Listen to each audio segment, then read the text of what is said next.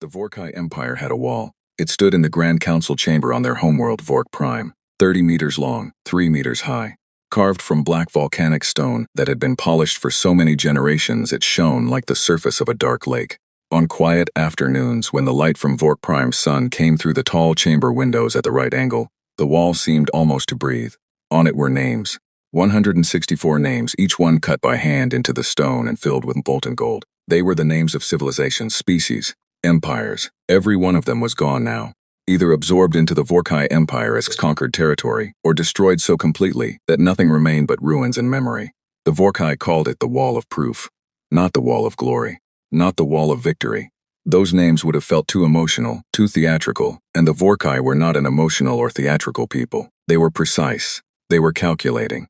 The wall was proof, plain and simple, proof that their strategy worked, proof that their warships were the finest ever built, proof that their soldiers were the best trained in the known galaxy, proof that 164 times the Vorkai had met an enemy in open battle, and 164 times the enemy had lost.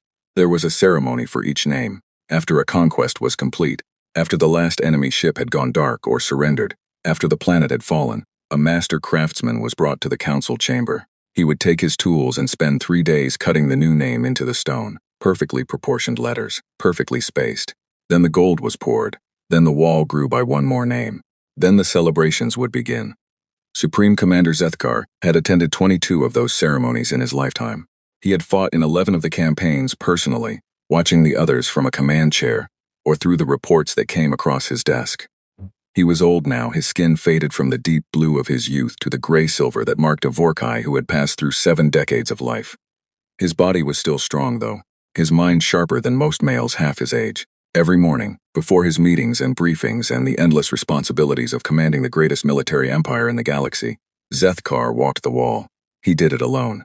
He started at the first name, the Wreckage Dominion, conquered before his grandfather was born, and he walked slowly to the end, to the 164th name, the Thalori Sovereignty, his most recent campaign, his most recent victory. Then he would stop, and he would look at the empty space beyond that final name. Space for more. There was always space for more. He was finishing his walk on an ordinary morning when his senior aide entered the chamber at a quick step, the kind of step that meant news. The aide was young, barely 30, with the crisp uniform and careful movements of someone who had studied exactly how to present information to a superior officer without wasting a single word. Supreme Commander, the deep survey team from Sector 44 has returned. Zethkar kept looking at the wall. Report. One civilization found single-planet species, calls itself humanity. Their world is called Earth. Third planet from a yellow star approximately 700 light-years from our current outer border. Single planet. Zethkar turned. They have not colonized beyond their own star system. They have a very small number of research outposts on their neighboring planets. Nothing that could be called a military presence. No colonies. Their entire civilization exists on one world, Supreme Commander. Zethkar was quiet for a moment. What are their weapons? Chemical propellant projectile weapons, primarily. Early-stage directed energy weapons, still in development. Missiles of limited range. Their warships are small. Our analysts say their largest warship is about the size of one of our standard supply carriers. Nothing larger. Nothing with faster-than-light capability, though they appear to be researching it. Population? Approximately 8 billion. A pause. Then Zethkar made the low rumbling sound that was the Vorkai equivalent of a laugh.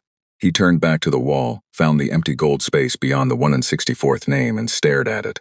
Show me, he said. The aide produced a datapad and activated its holographic display. Images bloomed in the air. A blue and green world wrapped in white cloud, beautiful from orbit in the way that worlds rich with water often were. Thin metal ships floating in orbit like toys. City lights glittering across the dark side of the planet. Population charts, resource assessments, military capability breakdowns. Zethkar studied each image slowly. He looked at the ships for a long time, then the weapons data, then the orbital defense platforms, which were small and few. Their history, he said. The survey team recovered significant amounts of their data. Our translators are still working through most of it. But the summary is clear. They are a warlike species. They have been fighting each other for most of their recorded history. Multiple wars, some devastating. They nearly destroyed their own planet twice that we can identify, but they are currently moving toward a unified planetary government and seem to cooperate on defense matters even across their political divisions. Zethkar set the datapad down and linked his hands behind his back. He walked the length of the chamber slowly, saying nothing. His aide waited. He had learned not to fill Zethkar's silences. A warlike species that cannot leave their own system, Zethkar finally said. A species that has spent centuries perfecting the art of killing each other, and has nothing bigger than a supply carrier for a warship. He stopped. This would be the easiest campaign we have ever run. Our analysts estimate 3 to 7 days from first contact to full surrender, Supreme Commander. And they call that estimate generous. Very much so. Zethkar looked at the wall one more time. At the 1 in 64 gold names. At the empty space waiting. Call the council, he said. We will formalize this and assign a fleet commander. The council met 3 days later. 17 senior members of the Vorkai military and political leadership, seated around the long table in the chamber. Zethkar stood at the head of the table and presented the survey data himself, which was unusual. Normally that was a task for junior staff. But this was the 165th campaign. He wanted to look at the council's faces when they understood what they were dealing with.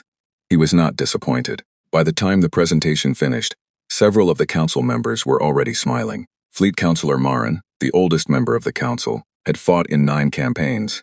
He looked at the image of Earth, hanging in holographic display above the table, at its small ships and its limited weapons, and he said what several were thinking. We are sending a full fleet for this. We are, Zethkar said. Supreme Commander, with respect, a battle group of 10 ships would accomplish this in the same time. Why allocate 40 warships to a civilization that cannot threaten us? Because they are unknown, and the unknown is the only thing that has ever hurt us. The chamber was quiet. The older council members nodded. The younger ones listened carefully, understanding that they were being taught something. Fleet Councilor Marin said nothing more. The vote was unanimous. A full battle fleet of 40 warships would be dispatched to the human solar system.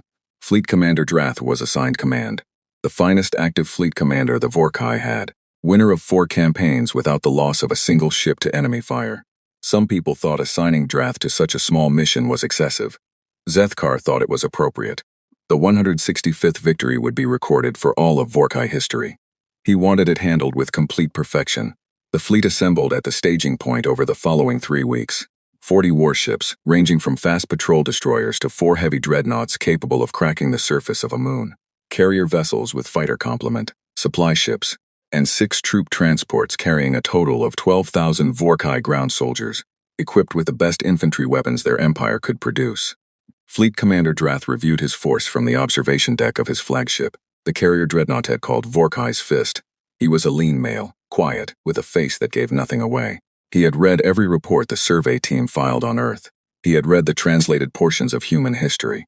He had studied their ships and their weapons, and their military doctrine in as much detail as the survey data allowed. Then he had set it all aside and written his battle plan in 4 pages, because that was all it required.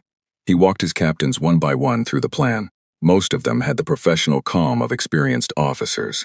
A few of the younger captains had a harder time hiding how they felt, which was that this was not a mission requiring much planning at all.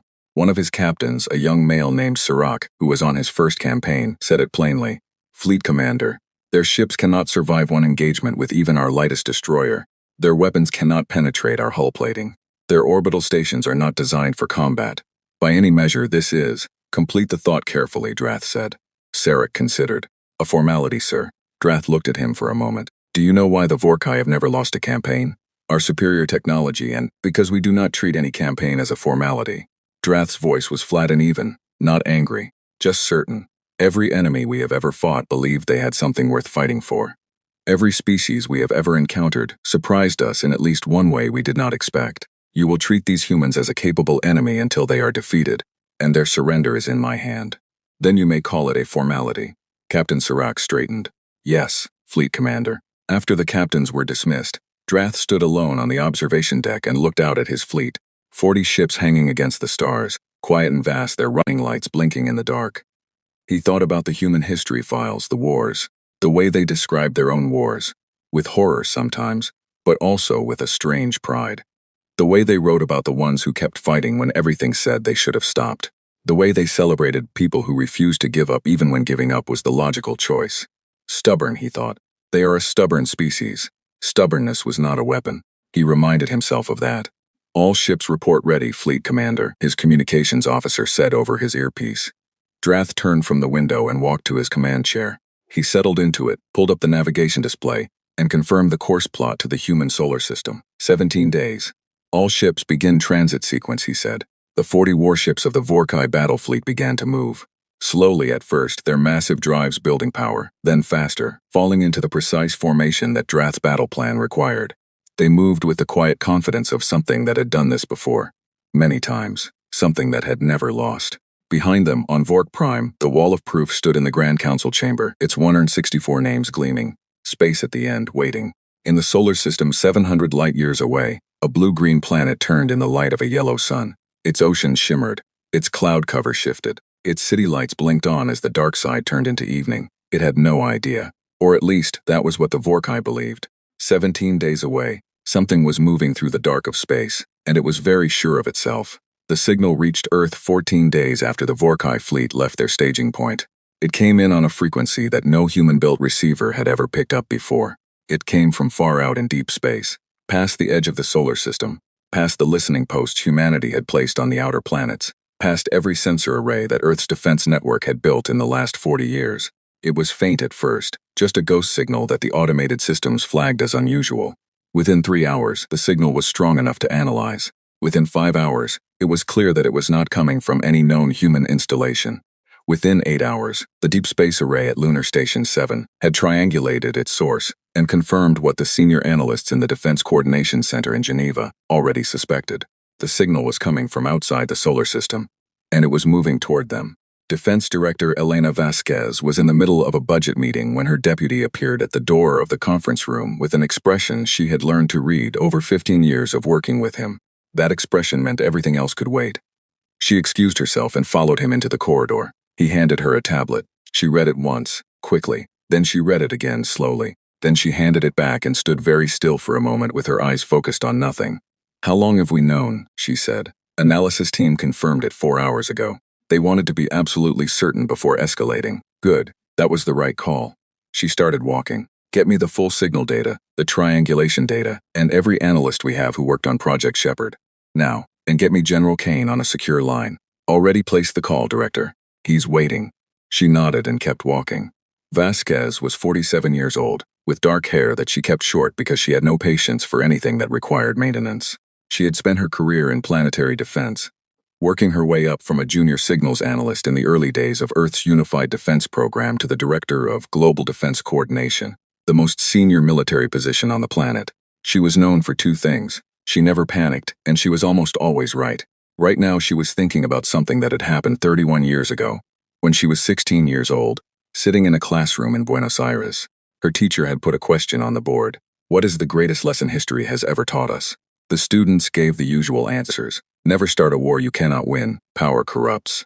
Unite or fall." Her teacher had nodded politely at all of them. Then the teacher said, "The greatest lesson history has ever taught us is this: the one who prepares wins, every time. Not the strongest, not the largest, not the most advanced. The one who was ready." Vasquez had remembered that. More than that, she had built her career on it. The Defense Coordination Center was buried 200 meters below Geneva, in a complex that had taken 11 years to build, and that officially did not exist on any public record. Its full name, known only to about 3,000 people on the planet, was the Integrated Planetary Defense Coordination and Response Center. Everyone who worked there called it the Hole. Vasquez reached the Hole in 40 minutes. General Marcus Kane was already there, standing over the main tactical display table with 3 senior analysts. Kane was a big man, dark-skinned, with the kind of physical stillness that came from decades of military training. He had commanded the Joint Earth Defense Force for 6 years. He and Vasquez had worked together for most of that time.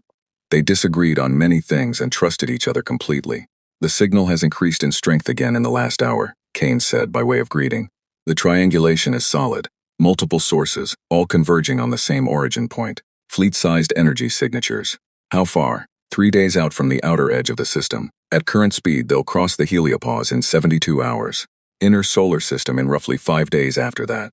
Vasquez looked at the display. A red marker was moving slowly toward the center of the map, toward the small blue circle that represented Earth.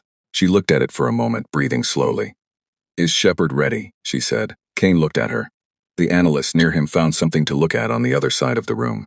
"Director," Kane said carefully, "Shepard has been in operational testing for 14 months. It has never been tested under actual combat conditions.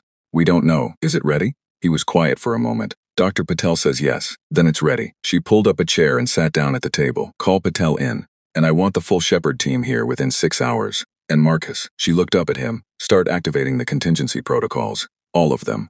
Kane nodded once and started giving orders. For the next 2 hours, Vasquez sat at the table and read files. Not the signal data, not the tactical projections, not the energy readings. She read history. The files she had put together herself, over many years, whenever she had time to think about the question that had occupied the back of her mind for most of her professional life. What would happen if something came for Earth? Not an asteroid, not a rogue AI, something that chose to come. Something with ships and weapons and the intention to conquer. The files she had built in response to that question were detailed, comprehensive. 30 years of reading, research, and planning, kept in an encrypted database that no one else could access. History files mostly, not human history, alien history. It had started with the first confirmed alien signal, received 18 years ago. A faint transmission, ultimately determined to be an automated beacon from a dead civilization. But it had told Earth's analysts 2 things. There were other civilizations out there, and at least one of them was dead. For a long time, humanity debated whether that dead civilization had died on its own or had been killed. The debate never fully resolved. Then, 11 years ago, a second signal, stronger. Clearly a communication of some kind.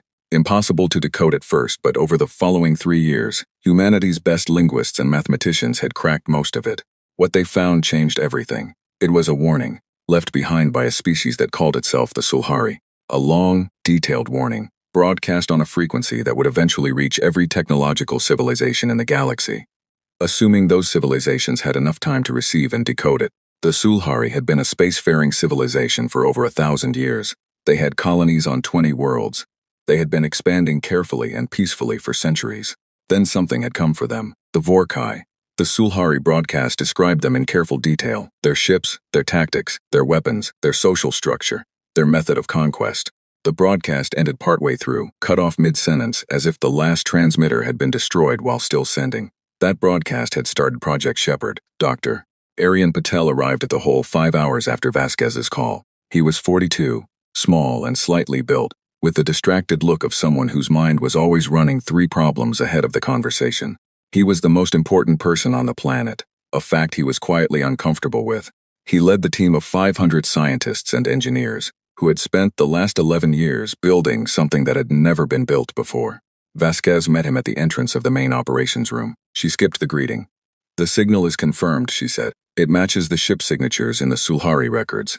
Fleet-sized." Approaching from the direction the Sulhari records indicated the Vorkai operate in, Patel pulled up the signal data on his tablet. He was quiet for a long time, scrolling through numbers. Then he set the tablet down and rubbed his eyes. "We knew this day might come," he said. "We built for it," Vasquez said. "Is it ready, Aryan?" The real answer, not the answer from the test reports. Patel thought for a moment. There was a long pause. "Yes," he said. "But Director, what we built was designed based on the Sulhari records and our analysis of the physics involved. We have never seen Vorkai ships in person. We have never tested against their actual materials or their actual shielding. There are variables we cannot account for. There always are." "Yes." He paused. "The principles are sound. The engineering is sound. Everything we understand says it will work." He looked at her steadily. "But I want you to understand that we are going to find out things we don't know once the shooting starts." "I understand." Vasquez turned back to the tactical display. "Get your team settled in. I want full readiness reports every 4 hours. Patel nodded and moved away. General Kane appeared at Vasquez's shoulder. "Contingency protocols are active. We've begun the quiet evacuations from the most exposed surface positions. Public messaging protocols are ready to go when you give the order." "Not yet," Vasquez said. "I want to wait until we have a clearer read on their approach and intentions. The last thing we need is 8 billion people in full panic before we know what we're dealing with." Kane accepted this. He had learned not to argue with Vasquez's pacing. She was almost always right about timing. Over the next 48 hours, the hole became the nerve center of everything. The signal from the approaching fleet grew stronger by the hour. Better resolution on the energy readings meant better ship counts, 40 warships, massive by any standard Earth had ever measured against. The 4 heaviest signatures were clearly dreadnoughts, a class of warship the Sulhari records described in detail. Ships so large they were designed to crack through a planet's atmospheric shield with sustained bombardment. The analysts were careful with their expressions when they reported these numbers. Some of them were less careful in the corridors, where Vasquez occasionally heard the word she had specifically asked people not to use. Impossible. She understood why they said it. She had said it herself, once 11 years ago, reading the Sulhari records for the first time. 40 warships from a civilization that had beaten 164 other civilizations, coming to a planet that, as far as anyone knew, had never fought a battle beyond its own atmosphere. By any rational measurement, this was impossible to survive, but Vasquez had not spent 30 years preparing for the rational measurement. She had spent 30 years preparing for the actual fight, and the actual fight, she had always believed, was never decided by who had the better weapons on paper. It was decided by who had thought harder about winning. She stood at the tactical display on the last night before the Vorkai fleet would enter the outer solar system. The whole was quiet around her. Most of the staff had rotated for rest. The overnight watch moved slowly, checking their stations, updating their data. On the display, the red marker moved, steady, patient, certain. Behind Vasquez, on a secondary display that she had quietly left active, an image played on loop. It was from the Sulhari records, a planet the Sulhari had described in their warning. The third world they had tried to defend against the Vorkai. A world that had possessed more warships than Earth had by a significant measure. A more advanced civilization, better weapons, more experience in space combat. The Vorkai had reduced it to a scorched ruin in 11 days. She looked at it for a long moment. Then she turned back to the tactical display. She thought about her teacher's question, 31 years ago. The one who prepares wins, director. The overnight watch officer's voice was quiet. The fleet just crossed the outer heliopause marker. They're inside the system. Vasquez straightened. Sound the full readiness, she said. Wake everyone up. A moment later, the alarm tones began to sound through the hole. Soft but clear. People came awake, came to their stations, came to their posts. Vasquez looked at the red marker on the tactical display. Closer now. Still moving with that same steady, patient certainty. She had one thought, very clear and very calm. They have no idea what is waiting for them. And she smiled. The Vorkai fleet crossed into the human solar system on a Tuesday. Nobody on Earth planned it that way. It was just how the numbers worked out when you factored in transit speed and distance. A Tuesday afternoon, gray and cold over Geneva, with light rain falling on the roof of the building above the hole, somewhere 200 meters over Vasquez's head. The first thing Fleet Commander Drath did after his navigation officer confirmed they had crossed the outer system boundary was order a full sensor sweep. Standard procedure. Always know your battlefield before you enter it. The results came back within the hour. Drath sat in his command chair and looked at them carefully. His senior tactical officer, a veteran named Hross who had served in 3 campaigns, stood beside him and said nothing while Drath read. Hross had learned that Drath liked silence when he was processing data. The sweep showed what the survey team had shown him. 1 inhabited world, 3rd from the yellow star. Multiple orbital stations, none heavily armed. Several small defensive platforms. A scattering of minor installations on other planets and moons. A handful of small warships in various positions around the inner system. The sensor sweep also showed something the survey team had not included in their reports. What is this reading here?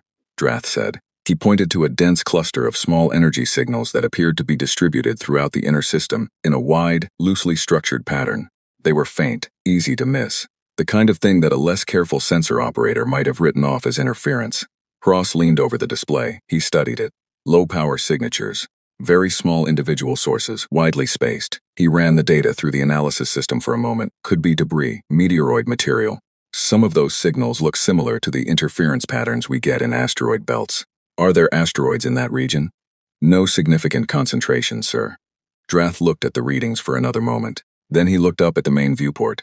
The solar system was spread out before him, unimaginably vast, the yellow star bright at its center. Flag it, he said. Monitor those readings as we advance.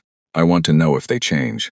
Yes, Fleet Commander. Hross flagged the readings. The data analyst team was notified. They would watch it. Then Drath gave the order to begin the advance toward the inner system, and the fleet moved. And the flagged readings remained in the back of his mind, the way small things sometimes did. Present but unurgent, like a pebble in a boot that was not quite sharp enough to demand immediate attention. He had a surrender demand to deliver. In the whole, the moment the Vorkai fleet began its inner system advance, every display in the main operations room updated simultaneously. Vasquez was standing at the tactical table. Kane was beside her. Patel was 3 stations away, running calculations on a separate screen. The room was full, every seat occupied, every station manned. They're moving, the tracking officer said. It was unnecessary. Everyone could see it on the displays, but people say obvious things when they are nervous. How long to weapons range of the inner system defenses, Kane said. At their current speed, approximately 11 hours. Vasquez nodded. Any communications from them? Not yet. She had expected this. The Sulhari records described the Vorkai communication protocol in detail. They would advance to a position they considered optimal. Close enough to be visually imposing. far enough to be out of immediate range of any defensive response. And then they would send their message. A demand, short, blunt, surrender or be destroyed. The Sulhari had tried to negotiate, the Vorkai had given them 48 hours and then attacked. The second species in the records, the Dreth Collective, had tried stalling, same result, different timing, same outcome. Vasquez had no intention of surrendering and no intention of negotiating, but she also had no intention of responding to the surrender demand in a way that would provoke an immediate attack before she was ready. She had a very specific response already written. It was not a surrender, and it was not defiant. It was carefully, precisely calibrated. 7 hours into the Vorkai advance, the communication came. It arrived on a broad-spectrum broadcast that hit every receiver in the solar system simultaneously. The signal was accompanied by a translation key. The Vorkai had done their homework with the survey data and translated their message into the most common human language, English, which meant their linguistics team was competent, and their survey had been thorough. The message was read aloud by the communications officer in the hole. Her voice was flat and professional, which was exactly right. To the inhabitants of the planet designated Earth, you are addressed by Fleet Commander Drath of the Vorkai Empire. The Vorkai Empire controls 164 star systems and their associated worlds. Your civilization has been assessed and found to be within the expansion boundaries of the Empire. You are offered one choice: surrender your world peacefully and accept integration into the Vorkai Empire, or refuse and face the total destruction of your military capability and the occupation of your world by force. You have 12 of your planetary rotations to respond.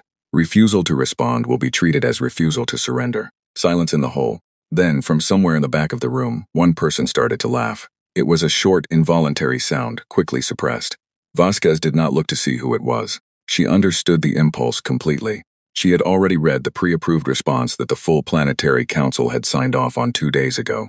In the event that the fleet arrived and issued exactly this message, she had written it herself. Send the reply, she said. The communications officer sent it.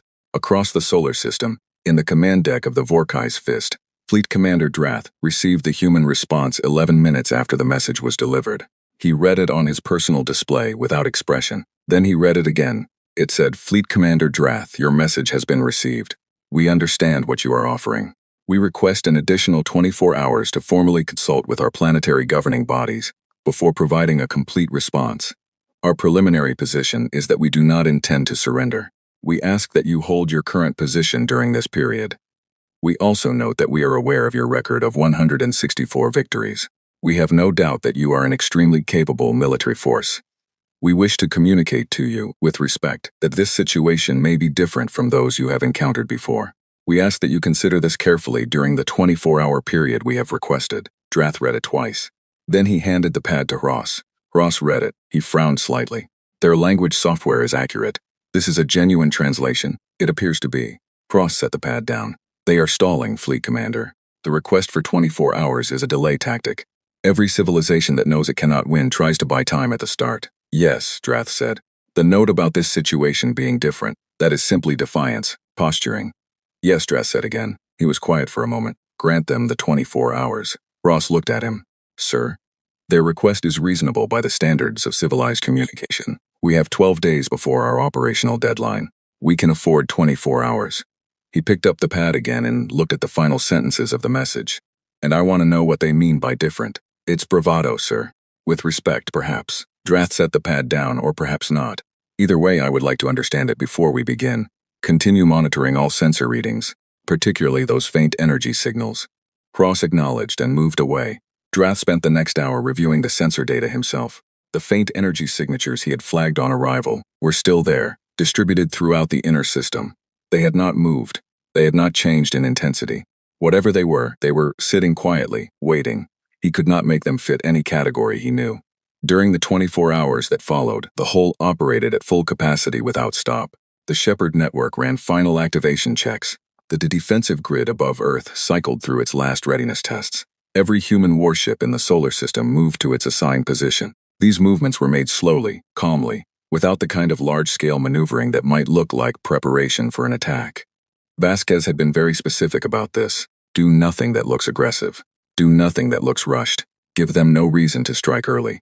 On Earth's surface, the public had been told that a significant extraterrestrial contact event was in progress, and that all citizens should shelter in place and follow emergency protocols. The message was careful, calm, and deliberately light on specifics. There were some panic in cities. There was also, in many places, something harder to describe. A kind of collective steadying, a squaring of shoulders, a clenching of jaw. Humanity had been afraid before, many times, of plagues, of its own weapons, of storms and earthquakes and famines. Fear was not new to them. What they did with it was, on the 24th hour, Vasquez sent the formal response. Drath received it and read it on the command deck, standing this time, not sitting. Fleet Commander Drath. This is Defense Director Elena Vasquez, speaking on behalf of the unified government of Earth. We have completed our consultations. Our position is final. We will not surrender. We have inhabited this world for 300,000 years. We have fought for it, suffered on it, nearly destroyed it ourselves, and survived. We do not intend to give it to anyone. We are aware of your record. We respect the capability it represents. We are also telling you honestly that we are prepared for this fight, and we are asking you, one final time, to reconsider your course of action. If you choose to advance, we will defend ourselves with everything we have. This is not bravado. This is a statement of fact. The choice is yours. Drath read it. Then he put it down and said, all ships, battle formation. We advance on the inner system. The 40 ships of the Vorkai fleet began to move again, accelerating this time. Battle formation was a tighter, more aggressive arrangement. Ships positioned to provide overlapping fields of fire, to protect each other's flanks, to respond to attack from multiple directions simultaneously. It was the formation the Vorkai had used in most of their 164 campaigns. It had never failed. Drath stood at the main viewport and watched the yellow star grow slightly brighter as they advanced. Around it, a small blue-green world turned in its orbit, patient as planets always are. He thought about the response from the human director. One phrase stood out, 300,000 years. We have inhabited this world for 300,000 years. The Sulhari had been a spacefaring civilization for 1,000 years when the Vorkai destroyed them. The Thalori sovereignty, the most recent name on the wall, had been active for 800 years. Most of the civilizations the Vorkai had fought were measured in centuries. 300,000 years. He had not known humans were that old. He set the thought aside. Age was not a weapon either. Tactical, he said. What is the current read on those unidentified energy signatures? The tactical officer checked his station. His face changed slightly, just a fraction. But Drath saw it. Fleet Commander. The signatures have changed. They're no longer faint. Drath turned. Meaning what? Meaning they've powered up, sir. The officer's voice was careful and controlled. All of them. Simultaneously, in the last 4 minutes, the command deck was quiet. How many? Drath said. The officer ran the count. It took a moment, because the signatures were spread widely across the inner system, and there were more of them now than the sensor sweep had originally found. Many more. Fleet Commander. We are reading over 3,000 individual power signatures. Nobody on the command deck spoke. Drath looked at his sensor display. 3,000. Spread across the inner solar system, each one small, each one now showing active power levels. They had been invisible on arrival, or near enough, powered down, cold, waiting, like something in hibernation, like something that had been placed there on purpose, waiting for exactly this moment. He thought about the human director's words. We are prepared for this fight. This is not bravado. This is a statement of fact. All ships, shields to full power, Drath said. His voice was level, weapons hot. Maintain formation. And across the inner solar system, in 3,000 small vessels that the Vorkai had dismissed as debris when they first arrived, power levels continued to climb. They were not ships. That was the first thing the Vorkai tactical teams established in the frantic 10 minutes after the signatures powered up. The 3,000 objects were not warships in any traditional sense. They had no crew sections, no life support, no bridge, no command structure. They were machines, unmanned, roughly 2 meters long, shaped like nothing the Vorkai had ever classified in their database of alien weapons systems. Some were cylindrical, some were angular. All of them were now pointing in the same direction. At the Vorkai fleet, Fleet Commander Drath stood in front of his sensor display and absorbed this information with a stillness that his officers, watching him, found either reassuring or terrifying depending on how long they had served under him. Power output analysis, he said. The tactical officer, a steady professional named Vorel, ran the calculations. He had been running them since the signatures spiked. His screen was full of numbers. Some of the numbers were making him recalibrate his estimates, because the first results had come out wrong, and then the second results had also come out wrong, and the third results were telling him something that he was having real difficulty putting into a sentence. Fleet Commander, Vorel said carefully. The individual power output of each unit is small, comparable to a light shuttle engine. Then they are not a threat to our shields individually, Drath said. No, sir. A pause. But they do not appear to be designed to operate individually. Drath looked at him. Explain. The power signatures. I have been watching the frequency modulation for the last 8 minutes. They are linked. Every unit in the network is communicating with every other unit on a shared frequency. They are a distributed system. Not 3,000 separate weapons. One weapon. 3,000 components. The command deck processed this. Drath turned to his communications officer. Get me a channel to all fleet captains. In the hole, Vasquez watched the sensor displays with the same focus she had been bringing to them for the last 6 hours without sleep. The coffee beside her had gone cold. She had not noticed. Shepard network is at full activation, Patel said from his station. His voice had the tight quality of a man trying to sound calmer than he was. All 3,012 units are networked and responsive. Central coordination is holding. How long until they're in the optimum engagement window? At their current approach speed, 14 minutes. They're still in long range. I would not fire at this distance. He hesitated. Director, I want to note again that we have never tested this system at full scale against a real fleet. The simulations suggest. I know what the simulations suggest, Vasquez said. I've read them. When they're in the window, we fire. Patel nodded and went back to his screens. Kane appeared at her shoulder. Our conventional forces are in position. If Shepard doesn't perform as expected, we have the fallback formations ready. Vasquez said nothing. She was watching the fleet's approach on the main display. 40 red marker, moving in tight formation. Their battle configuration, clear, disciplined, tight spacing, overlapping defensive fields. Exactly as the Sulhari records had described. The Sulhari had tried to fight the Vorkai with conventional warships. They had matched the Vorkai's formation with their own fleet, trading fire, trying to use numbers and bravery to compensate for the technology gap. They had lost 200 ships in 6 hours. Then they had lost their home system. Then they had lost everything. The lesson Vasquez had taken from that record was not that the Sulhari should have fought harder. It was that they had fought the wrong fight. The Vorkai were supreme at conventional fleet engagement. There was no point in fighting them conventionally. You did not beat the best boxer in the world by trying to box them. Patel had understood this immediately 11 years ago, when she had first shared the Sulhari records with him. He had spent one evening reading the records, slept on it, and come back the next morning with a sketch on a notepad. It was rough, barely legible, but the concept was clear. You don't fight their ships, he had said. You fight the space between their ships. 11 years later, that notepad sketch was the most expensive weapons project in human history, and it was about to be tested. Drath was 2 minutes into his all-captain channel communication when the first Shepard units fired. The effect was not what anyone on his fleet expected, because they did not understand what they were looking at. It was not a beam weapon. It was not a projectile. It was not any classification of energy weapon the Vorkai database contained. What the forward sensor operator on the destroyer Vorkai Swift described, in the report that would be filed later, was a spatial distortion event originating from outside the ship. The Vorkai Swift was in the forward position of the fleet's left flank. It was a fast destroyer, 240 meters long, crewed by 108 personnel. Its shields were at maximum power and its weapons were hot.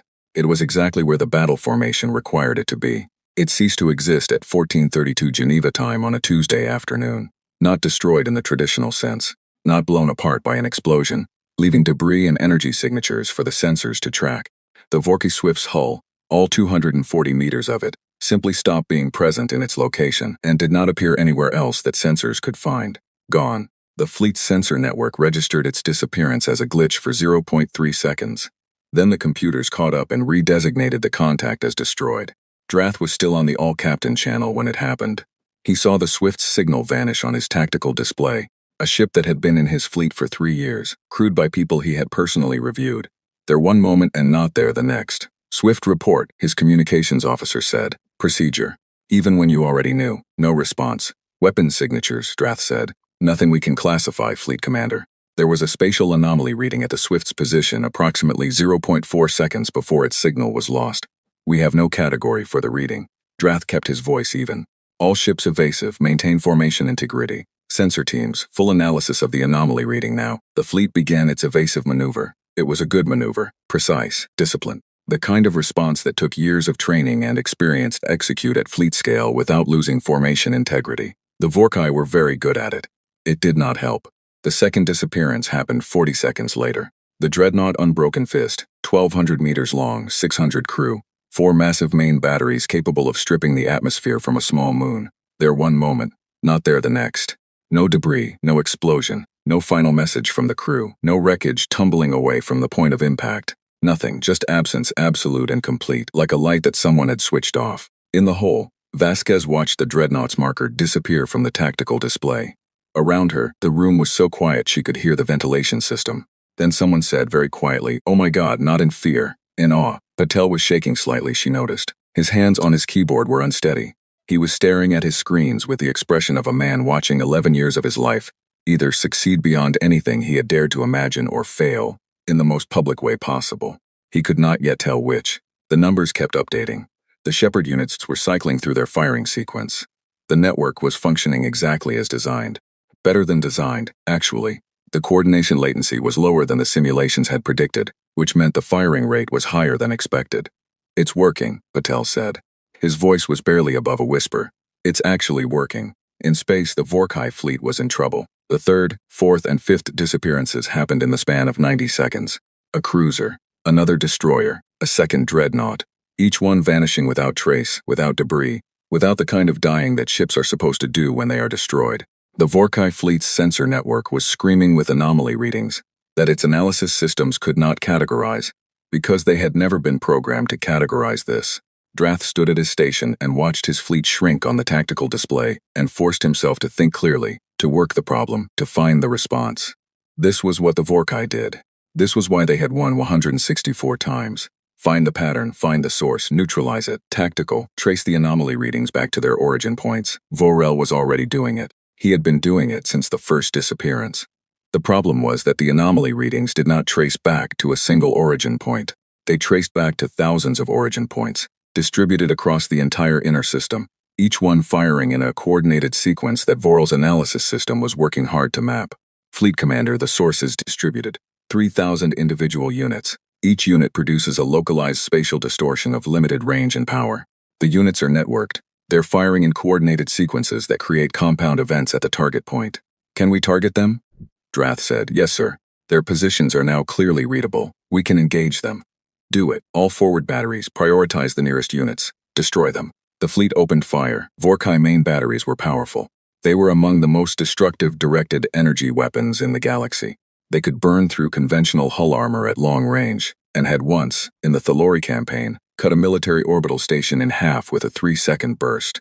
The Shepard units had no hull armor. They were small, unshielded machines. The first Vorkai salvo destroyed 46 of them cleanly. Each one hit, each one gone.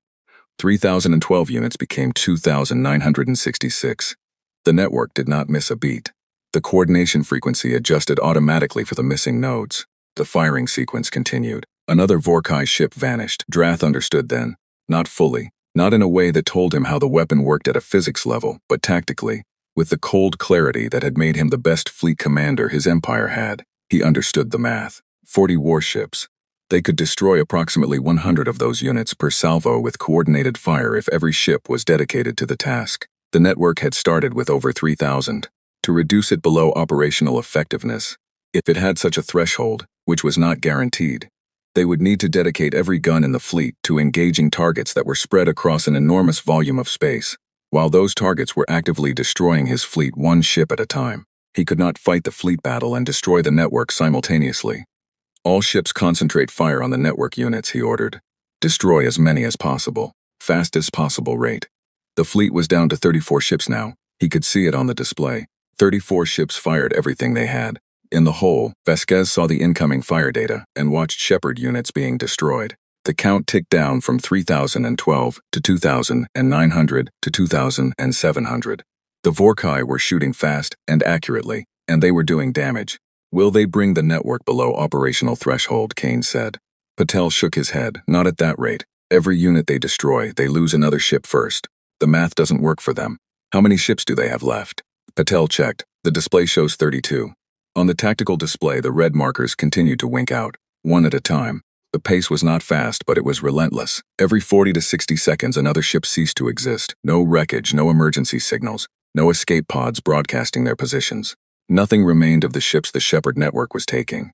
That was the point. That was the physics of it.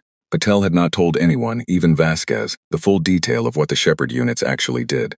Not because it was classified, though it was. Because he was not certain that anyone would have approved the project if they fully understood. The Shepard units did not destroy ships.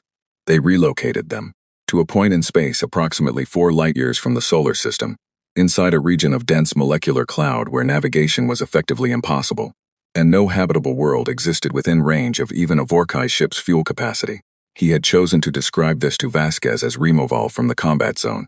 She had accepted this description. He watched the red markers disappear and thought about what it meant to be a crew member on one of those ships. One moment in a solar system, in a battle, knowing where you were. The next moment, somewhere else, alone in the dark, surrounded by gas cloud, with no way to know where home was. He was not sure whether that was more merciful or less merciful than being destroyed. He had decided not to think about it too hard and had gone back to the engineering. On the Vorkai's fist, Drath was down to a fleet of 20 ships. His communications officer had been trying to reach Vork Prime for the last 40 minutes. The message would take time to travel, but he needed to send it. Fleet Command needed to know what was happening here. What kind of weapon they were facing. The physics readings his sensor team had gathered, incomplete and baffling as they were, needed to reach people who could analyze them properly. He had also sent a personal message to Supreme Commander Zeth Kar. It was short. He had not known how to make it longer. Supreme Commander, we are facing a weapon without precedent. It leaves no wreckage. I do not understand its function. We have destroyed approximately 400 of their network units. They have more than 2,000 remaining, and the rate of attrition is not sufficient. I am going to attempt a retreat and regroup. I believe we need more ships and better information. 23 ships lost. No debris, no remains. Fleet Commander Drath, he sent the message and turned back to his tactical display. 18 ships now. The Shepherd units were still firing. Still coordinated. Still relentless. Fleet Commander, Ross said quietly. He had been standing beside Drath's station for the last hour. Should we begin a retreat maneuver? Drath looked at his fleet. 18 ships. 47 minutes ago he had had 40. The network still had over 2,000 units operational. His gunners were destroying them as fast as they could, but it was not enough and everyone on the command deck knew it. He looked at the blue-green planet on the long-range display, turning, quiet. He thought about the human director's message. This situation may be different from those you have encountered before. Not bravado. A statement of fact. Yes, he said. All ships begin a retreat maneuver. Full drive power. We are leaving the system. It was the first time in 4 campaigns in his entire career that Drath had said those words. The retreat order went out at 16:04 Geneva time. The 18 remaining ships of the Vorkai fleet turned. Drives at full power, forming up as best they could, pulling away from the inner system and toward the outer edge of the solar system, and whatever lay beyond it. The maneuver was clean, disciplined. Even now, with less than half the fleet remaining, the Vorkai executed a battle withdrawal the way they did everything else, with precision and control. Drath watched the inner system fall behind on his rear sensor display. The planet, the orbital stations, the network. He watched it all recede as his fleet built speed, and for a brief moment something in his chest loosened slightly. They were moving. They were getting out. They still had 18 ships. The retreat was working. Then the sensor officer said, Fleet Commander, the network units are moving. He turned. Moving where? They're repositioning. The officer's voice was very careful. Ahead of us. They're spreading into an intercept pattern. Drath looked at the tactical display. He saw it. The network units, those small, unmanned, relentless machines, were not just sitting in the inner system waiting for the Vorkai to come to them. They were mobile. They could pursue. Of course, they could. Of course they could. He looked at the numbers. How many network units had his fleet destroyed during the battle? Over 400. The network had started with just over 3,000. That left roughly 2,600 operational units. And they were now spreading out ahead of his retreating fleet in a pattern that was going to cut off the escape route. Can we go around them? He said. The tactical officer ran the calculations. It took 30 seconds. 30 seconds in which nobody on the command deck spoke. No, Fleet Commander. Their repositioning speed is sufficient to keep the intercept pattern ahead of us, regardless of heading changes at our current drive output. To outrun the repositioning, we would need to increase drive power beyond safe operational limits. Increase drive power anyway, Drath said. The engineer's report came back in 2 minutes. They could push the drives to 120% of rated output. It would risk drive failure. It might work. It did not work. The network units were faster at their repositioning speed than the fleet was at 120% drive power. The intercept pattern held and tightened as the Vorkai ships pushed harder. Every heading change the fleet made was matched. They were not being allowed to leave. In the hole, Vasquez watched the retreat attempt on the tactical display with her arms folded and her expression blank. They're trying to run, Kane said. I know. Do we let them? Vasquez was quiet for a moment. This was the question she had thought about more than any other in the 11 years of building Shepherd. Not the technical questions, not the physics, not the engineering. This question, do we let them run? If she let them run, they went back to Vork Prime with sensor data, with information about what they had faced, with the knowledge that Earth had something that could defeat their fleet. They would come back. They would come back with more ships, better prepared, having analyzed whatever fragments of information their sensors had gathered. They had a wall with 164 names on it. They would not accept the loss of a single campaign without response. If she did not let them run, no information went back. No sensor data, no battle reports, no returning ships to tell the story of what had happened here. The Vorkai Empire would send a fleet to Earth, and that fleet would not come back, and no one in the galaxy would know why. That was a different message. She had thought about it for 11 years. No, she said, we don't let them run. Patel heard her from his station. He did not say anything. He turned back to his screens and made the adjustments to the network's targeting parameters that the order required. His hands were steady now. Whatever shaking had been in them earlier, in the battle, was gone. He was deep in the work, in the place he always went when there was a problem to solve. And in that place, his hands were always steady. The network units completed their repositioning and began their final engagement sequence. Drath's fleet had 13 ships when the second phase of the network's attack began. He had one option left and he took it. He split the fleet. 7 ships broke left, 6 broke right. 2, including his flagship, continued on the original heading. It was a maneuver designed to force the network to divide its attention, to thin out the intercept pattern, to create at least one lane of escape for at least some of his ships. It was a good maneuver. It was the correct tactical response to his situation. 3 of the 7 ships on the left vector disappeared before they had traveled 2 minutes on the new heading. 2 of the 6 ships on the right vector disappeared in the same interval. The network did not thin. The network did not choose a direction and commit to it and leave the others uncovered. It adapted. Instantly. Every change in the Vorkai formation was met with a coordinated redistribution of the network units that maintained coverage across all vectors simultaneously. 11 ships, then 9, then 6. Then the Vorkai's Fist Fleet Commander Drath's flagship was alone. He did not know what had happened to the other ships because their signals had simply vanished. The same way every other ship in the fleet had vanished, one by one. No last messages. No distress signals, no debris, just gone. Drath stood on his command deck and looked at his tactical display. 1 ship, 1 red marker, alone in the outer reaches of the solar system. Around it, the network units were repositioning for what was clearly a final engagement sequence. He thought about many things in the next few moments. He thought about Vork Prime and the wall and the 164 gold names. He thought about his captains and their crews and where they might be now, if anywhere. He thought about the human director's message, which he had read and reread many times since it arrived, and which he understood now in a way that he had not understood when he first received it. 300,000 years. He thought about what a species looked like after 300,000 years of surviving. After all the wars and plagues and disasters they had clearly lived through, because they were still here. After watching civilizations around them die off in the records. After receiving a warning from the Sulhari, maybe, in the same way they had received warnings the Vorkai had never seen. After 11 years or more, maybe much more, of building something specifically for this, not for glory, not for expansion, because something was coming for them and they intended to still be here when it arrived. He sent one final message to Vork Prime. It was short. Supreme Commander, 18 ships cannot retreat. Network has containment capability. All ships lost except flagship. I do not expect to report again. Recommend no further engagement with this species until the nature of their weapon is fully understood, if understanding is possible. They were ready. They have always been ready. Drath. He sent it. Then he stood up straight and folded his hands behind his back and waited. The Vorkai's fist disappeared at 1751 Geneva time. In the hole, the last red marker winked out of the tactical display. The room went completely silent. Vasquez stood at the table and looked at the display. Where there had been 40 markers representing the greatest fleet the Vorkai Empire had sent on a campaign in 20 years, there was now nothing. Empty space. The solar system looked exactly as it had looked that morning, except that the Shepherd units were now beginning their long, slow repositioning back to their dormant positions throughout the inner system. 31 seconds of silence, then someone at the back of the room started to clap. Slowly. 1 person, then 2, then 10, then all of them, the entire whole. 240 people on duty in that room at that moment, standing up and clapping until the sound filled the chamber and bounced off the walls. Some of them were crying, some were laughing, some were doing both at the same time, which is the thing humans do when the emotion is too big to fit in any one shape. Vasquez did not clap. She stood at the table with her arms folded and looked at the clean display.